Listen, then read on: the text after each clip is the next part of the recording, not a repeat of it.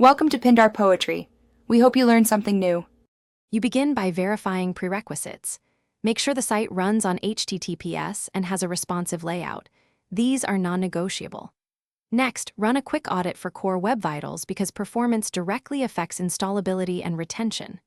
Once you spot layout or speed gaps, prioritize fixes. Meanwhile, assemble app assets and define the manifest fields like name, short name, start URL, display, and icon sizes so you can add them immediately in the next step. You now add the web app manifest and register a service worker so the browser recognizes your app as installable. Create manifest.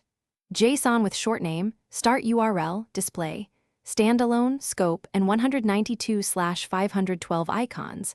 Link it in your HTML head so browsers can discover it.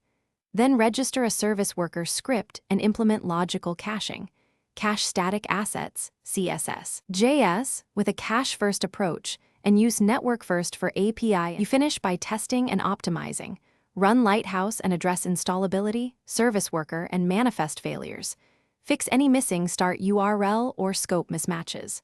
Once done, implement an update strategy, cache versioning, and skip waiting/clients.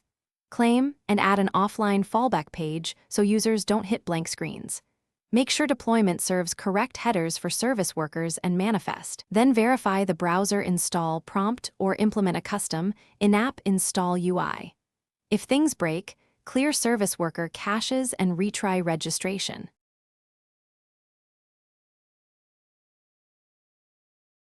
Thanks for watching. Consider subscribing if we helped you.